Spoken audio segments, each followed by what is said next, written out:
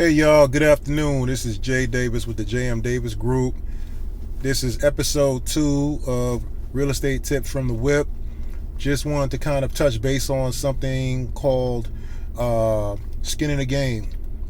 For buyers that are just now entering the market, why this is important is that when you're looking to try to purchase a home, you need a couple things in order to make the deal work.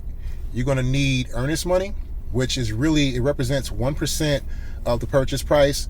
All it really entails is that it tells the seller that you're serious about purchasing their property. Normally, that earnest money deposit can range anywhere from, say, $500 to as high as maybe $10,000. It just depends on the price point, the level of interest in that particular property, and the competition that's involved to try to help you stand out.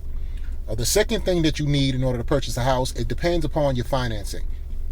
Usually, rule of thumb for FHA, they require about 3.5% down.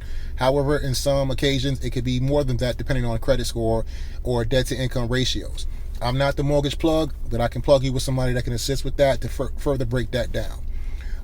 Conventional, basically, they charge for a deposit. It could be anywhere from 1% to as much as 20%. Again, it varies on credit score and other extemporaneous factors that I'm not going to get into. VA, there's no money down. However, as a veteran, you are responsible for paying closing costs depending upon the situation. In the current state of the market that we're in, you may have to come out of pocket some large sum of money. However, if you have a very good agent working on your behalf, they can negotiate closing costs into the contract. That way, your out-of-pocket expense could be minimal. But as a good rule of thumb, if you're looking to try to purchase a house, you should always try to save at least 10 to 15% of the money that it requires to purchase that property. In layman's terms, let's do simple math.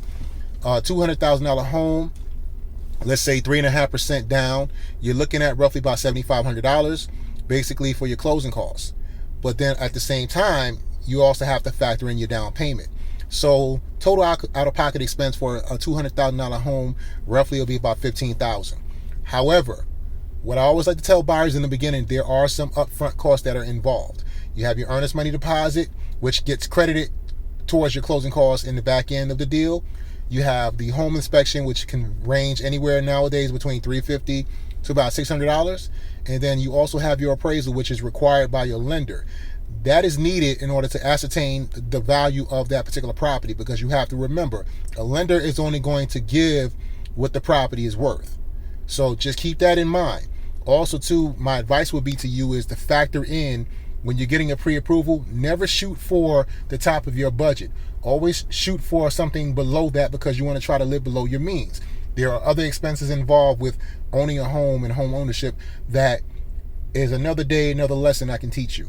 So that being said, to recap, with regards to skin in the game, you need to have your earnest money deposit, which is your serious intent on purchasing that property. Can vary on the amount that's needed. And then you have your down payment, which that basically signifies to the bank your skin in the game, so to speak. That is your barriers to entry. If you have any more questions, feel free to email me, jamil.davis@cbrealty.com, or you can check out my website, which is www.jamildavis.com. My phone number is 470-775-3769. Look forward to hearing from you. Have a good day.